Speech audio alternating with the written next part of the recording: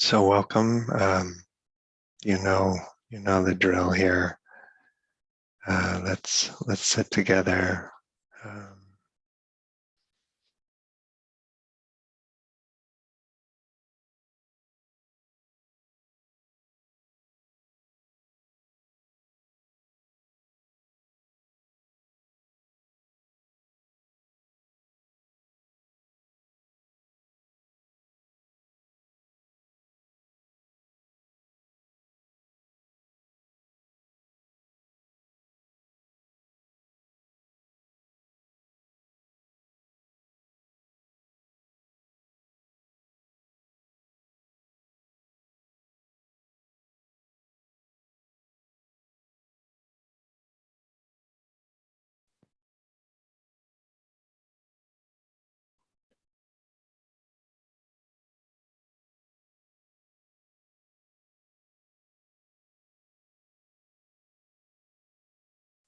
Let there be space in your heart for all the joys and sorrows, being human.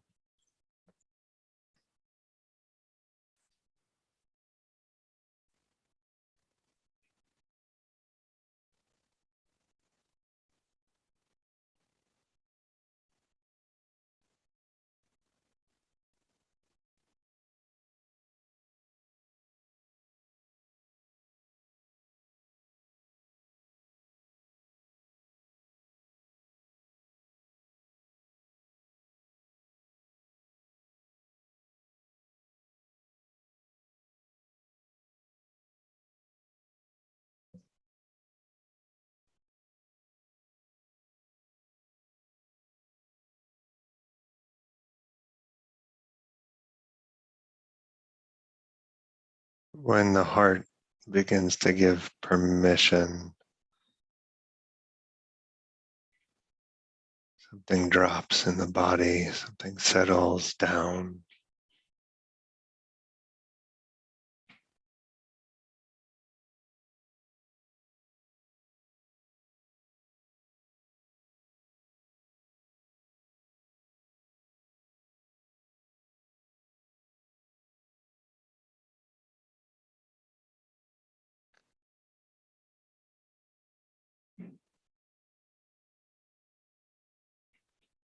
No one has a perfect shiny mind or a perfect shiny life.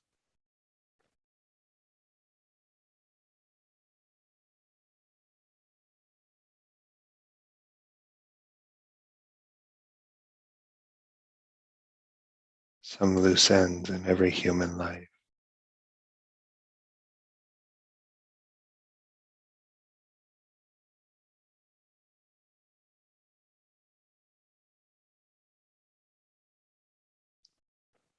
We develop the confidence that we can take our seat amidst it all.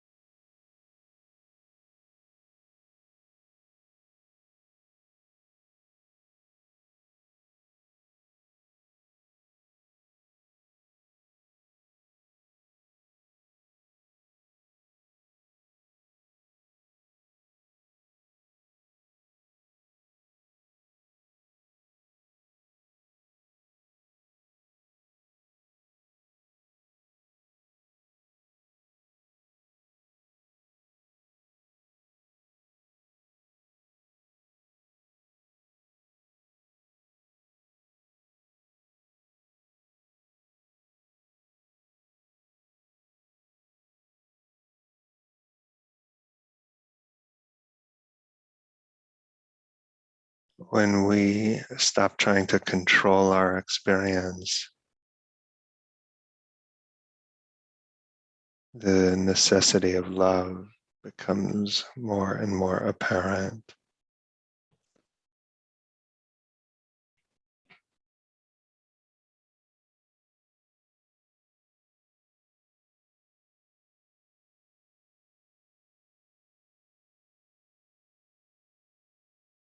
Just breathe and relax into the condition of your life, this moment.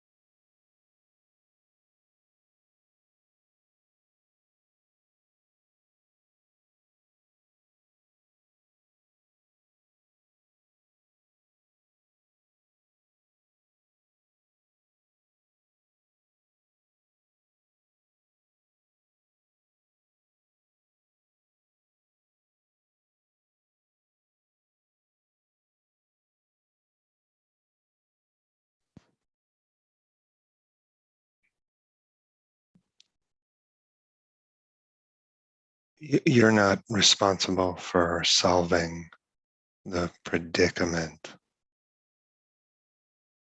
of the human condition.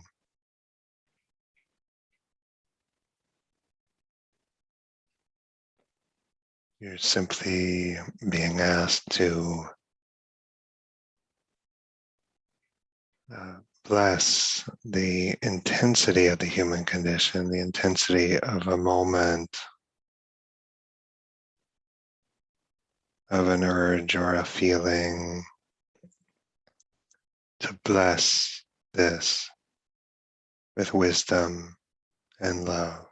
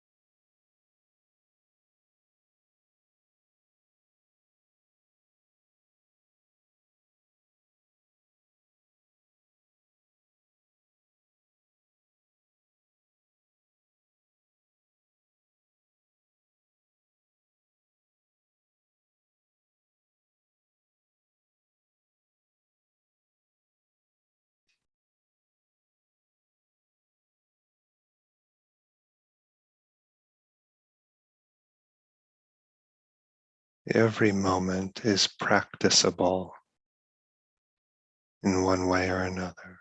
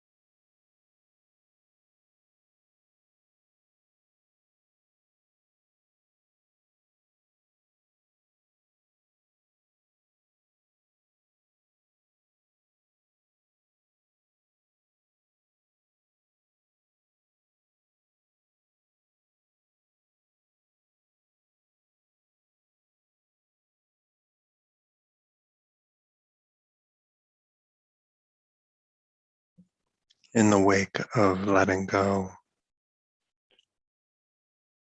there's something like a quiet love that remains.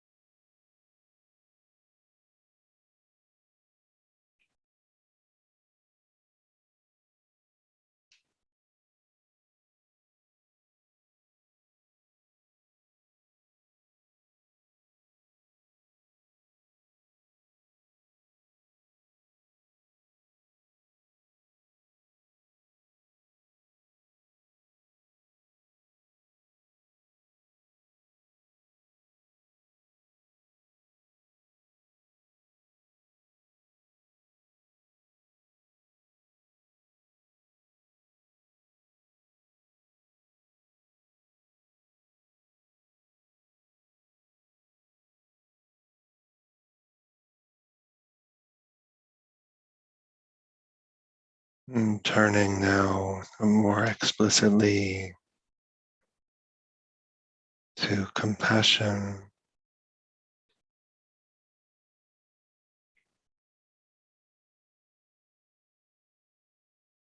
just bringing into your heart mind someone you care about who is suffering.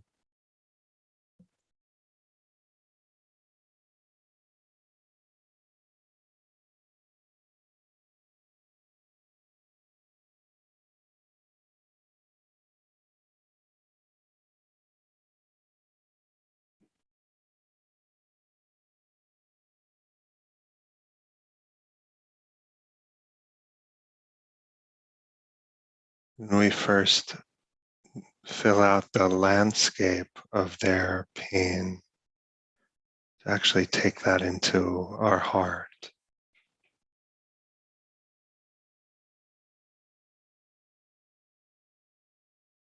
to consider their inner life, the life of their body,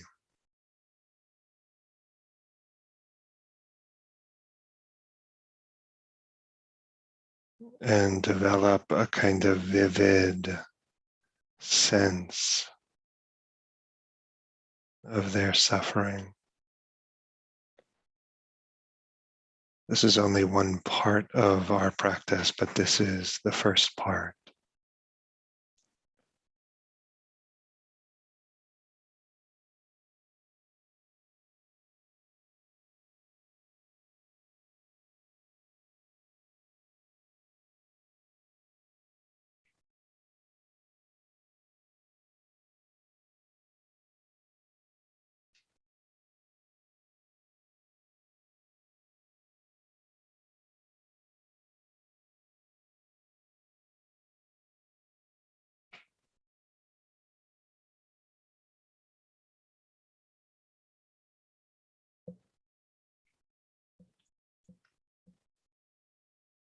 And to understand their pain, of course, we naturally draw on our own pain from memory or from life right now.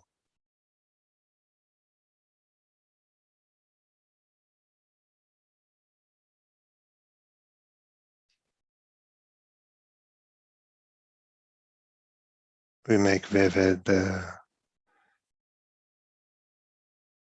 suffering of this person we love, we care about.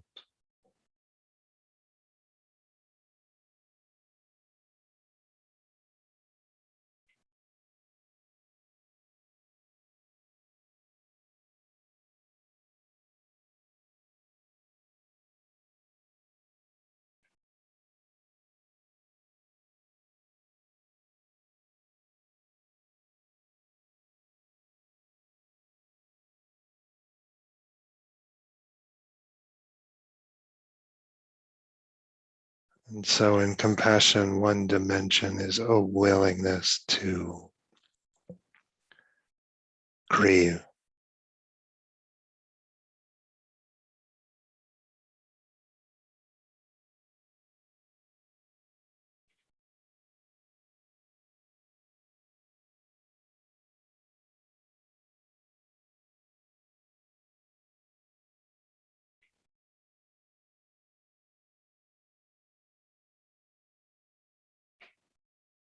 But we do not stay here. Grief is not the last word.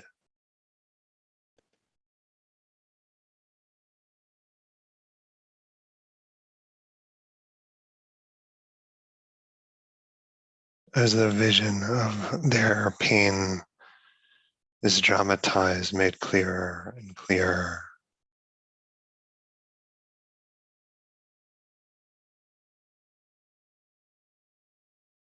our heart makes another move,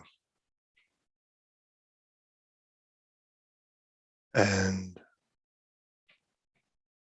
we pour all of our love into them.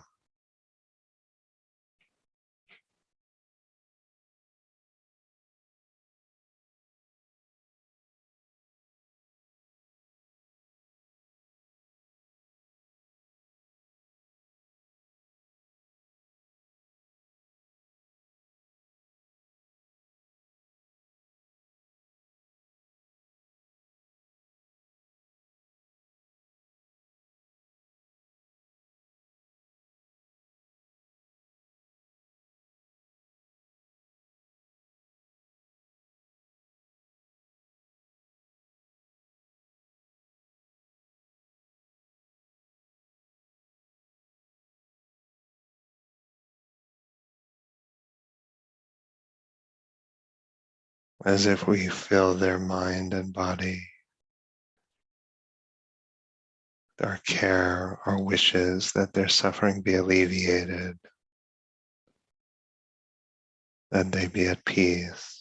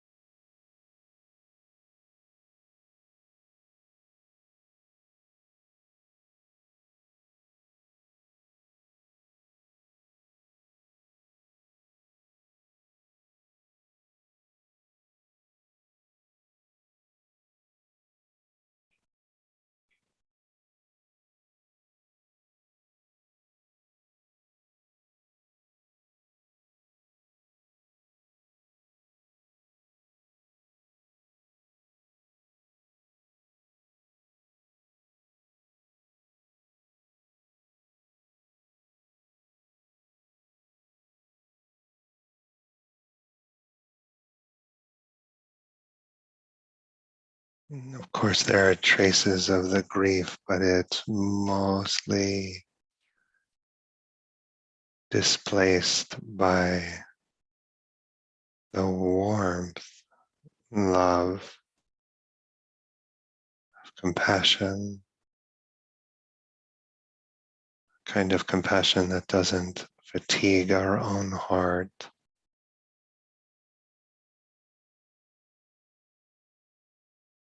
but feels good to dwell in.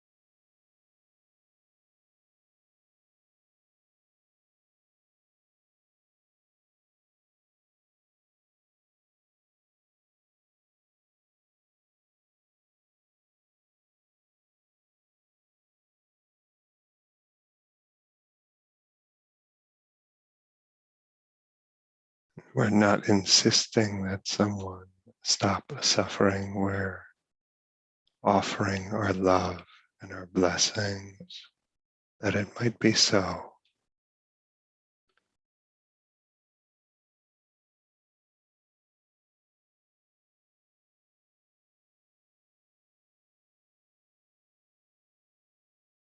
We just rest our mind, abiding in that care, warmth.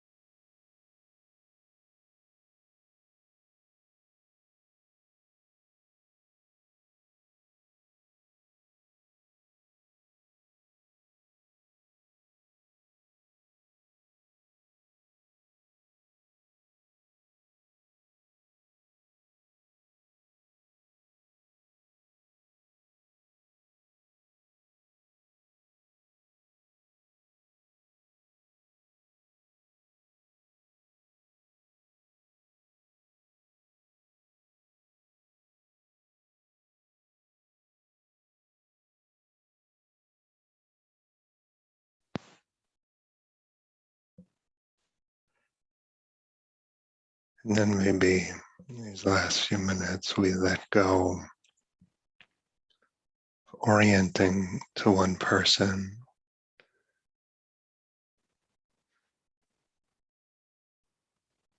of orienting self and other.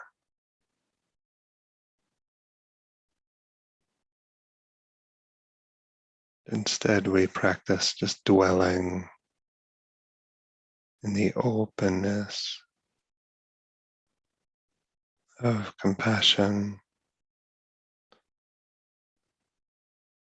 distinctionless compassion.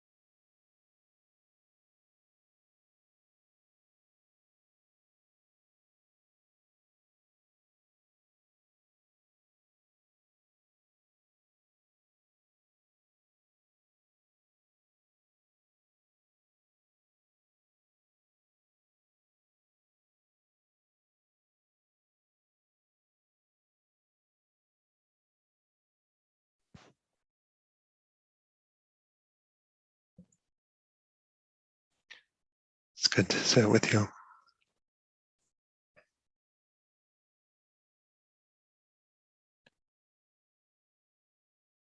So dukkha, suffering, is both everywhere and super obvious, but it's also kind of shocking that there is suffering. There's something shocking, startling about that, at least startling to our nervous system. And when there's some hard moment, find there's a part of me that can like barely believe it. Like, of course, I know I've contemplated dukkha a lot, right? But there's a little part of some naive part of my mind is like, how is this happening? And we can have that sense of like, how did the universe conspire to do this to me, this moment? And it might be just like some small ache, you know. Hala Alian, poet, psychologist and poet, wrote a kind of grief poem. This is, I think it was published in September or October of 2020. So pandemic, George Floyd, election, staggering amount of dukkha. And one of the lines in that poem was, the patients who come to me swarmed with misery and astonishment, their hearts like newborns after the first needle. Hearts like newborns after the first needle. Dukkha can feel like that. The Buddha asked that we comprehend suffering, that we comprehend suffering.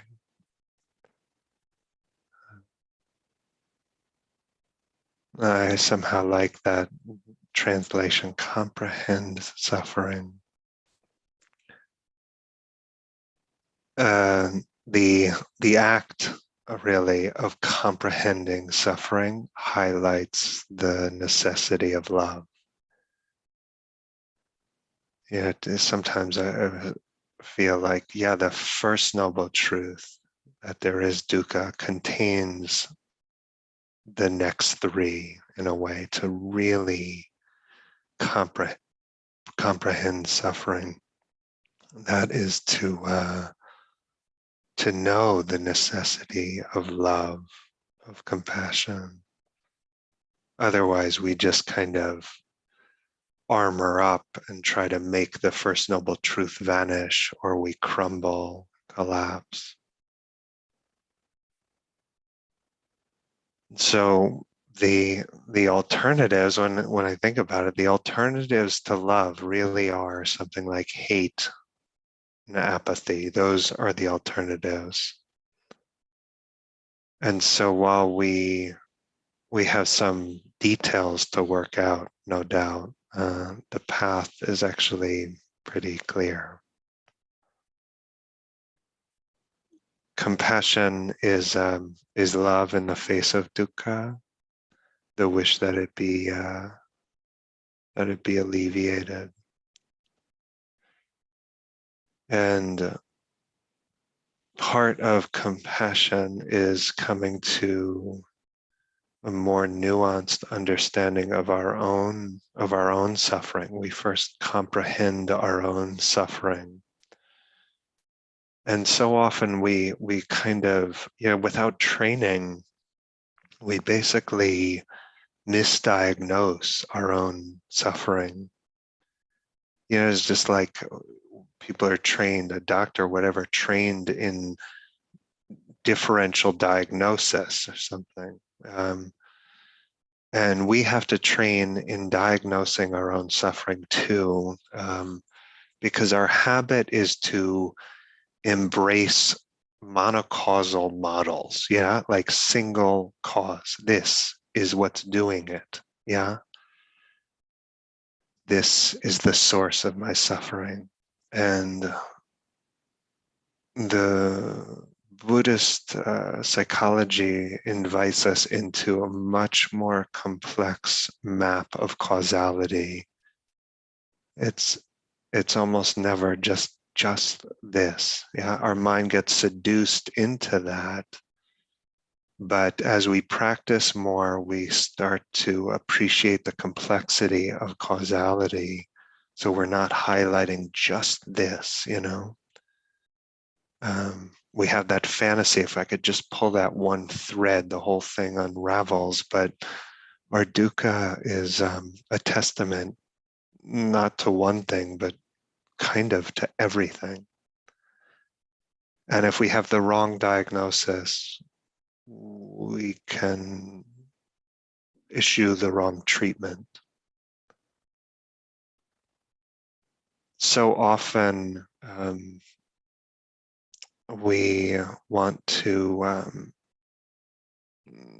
control our suffering rather than understand it. And compassion makes us patient in our understanding, makes us patient in our understanding of suffering. The compassion, the love of which I'm speaking, it's not a kind of enmeshed love. It's not emotional contagion. In that first phase of taking in the suffering of another, kind of the willingness to grieve with them. We're not, it's not this pure emotional kind of contagion. And my conditioning around love is a kind of enmeshed model or something. It's like your pain is my pain is your pain, and love and space are somehow in tension rather than space affording room for love. And so I've found that the suffering of loved ones spins me in particular ways, and my words maybe might masquerade as compassion, but what they really testify to is my intolerance of their pain. Yeah. And so it's somehow wanting to quickly manage dukkha. And makes sense that, as children, like the suffering of a parent or caretaker or someone, it's like an existential threat, and at some level growing up, all of us want the adult to be fully enlightened, to be free of suffering, to be a kind of master of samsara, and that is not so. And so maybe some of that sense of threat, the threat of the suffering of the other, encodes some fear as we grow up, have our own families, commitments, loved ones, that the suffering of the other spins us. But compassion is not a kind of insistence that someone change. It's not even an insistence that someone stop suffering. It can feel that way. But then we just need to issue our own heart love. It is, compassion is love in the face of suffering.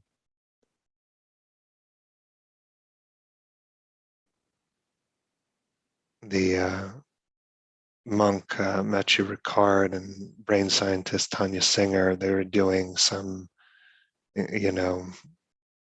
kind of study where he was in the scanner doing compassion practice, and she's sort of this kind of exceptional being. She's interested. Okay, what's this person's brain like? And she saw that kind of brain activity, and she asked them afterwards, like, what were you doing? Because the brain activations, looked quite different to what she expected. She had expected the kind of some of the familiar nodes that light up with when people are in a state of empathy. Yeah. The kind of brain regions that you would see activated when you experimentally, a loved one is getting an electric shock or something like that. And in empathy, we're feeling the grief of the other's pain, and that's hard. But compassion might use that as a seed for generating our commitment, but that's not the last word. And then this kind of turning of the heart to love, to actually enjoying, in a subtle way, enjoying. Thich Nhat Hanh said, true love never makes you suffer.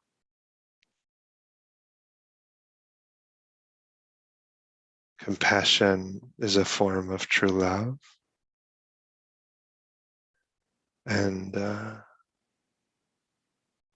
love doesn't hurt. Clinging for sure hurts. Controlling for sure hurts. But love doesn't. This kind of love.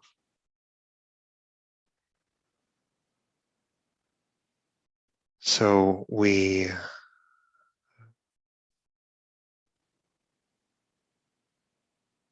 recognize without compassion, the path can feel almost sometimes like greed, more and more happiness, ease, peace for me. And so we center this commitment to the welfare of others. And we develop our own compassionate motivations by knowing suffering intimately in awareness. In every day, we can do this. The pain, the pain of change, the pain of the disjointedness of samsara. And as we start to release our own pain, to comprehend dukkha, to become more and more free, the pain of the world doesn't so much resonate with our wounds, but with our heart. And our compassion is vitalized, our own healing energizes this kind of care, makes it more urgent because we know suffering so vividly, so intimately. Start to wish more and more naturally that it be alleviated in others. And body, speech, and mind follows. Sigur Kangchul Rinpoche said, secretly you have to fall in love with sentient beings.